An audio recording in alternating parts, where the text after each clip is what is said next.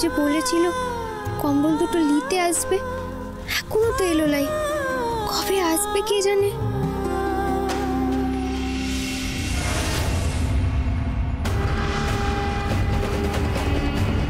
হে কি, এই কম্বল দুটো এখানে কেন? এগুলো তো দানের কম্বল। মামিজি, আসলে সে এই কম্বল দুটো না আমাদের গ্রামের মাধব আর শঙ্করী যে। আরে দেবা, কম্বল চোর কহে কি, দেখাচ্ছি তোমার মজা, দাঁড়াও। দিদিজি, মামিজি, দিদিজি, দিদিজি, দেখো মেয়েটাকে আমি হাতে নাতে ধরেছি। দিদিজি কোথায় তুমি? কি হয়েছে চন্দনা?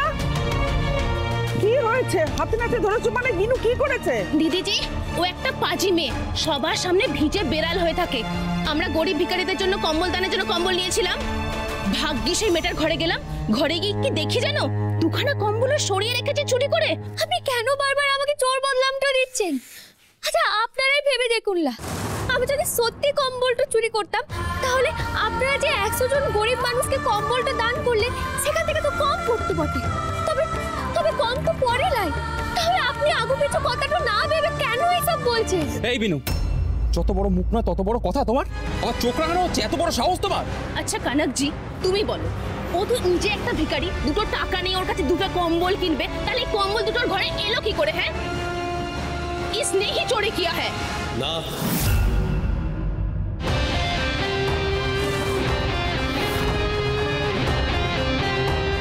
বিনু কম্বল চুরি করে, আমি বিনুকে দুটো কম্বল দিয়েছিলাম।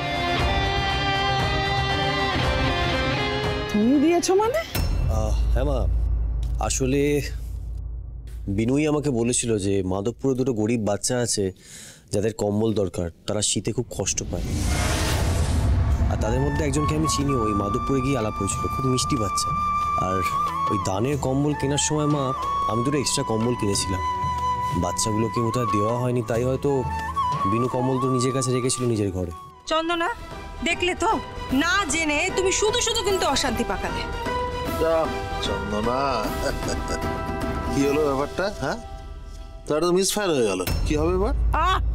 ঠাকুরপো চুপ করো, অনেক কথা হয়েছে, আর নিজেদের মধ্যে ঝগড়া করো না। বিনু, এই লুকো ছাপাগুলো করলেই না নিজেদের মধ্যে ভুল বোঝাবুঝি বাড়ে। তোমার যদি দুটো কম্বলের প্রয়োজন ছিল তুমি আমাকে বললে না কেন? এ বাড়িতে এমন একটাও মানুষ নেই যার প্রয়োজন, শখ, আহ্লাদ আমি মেটাই না। এরপর থেকে যা কিছু প্রয়োজন হবে তুমি আমাকে বলবে, ক্রিসকে নয়। যাও, সবাই ঘরে যাও।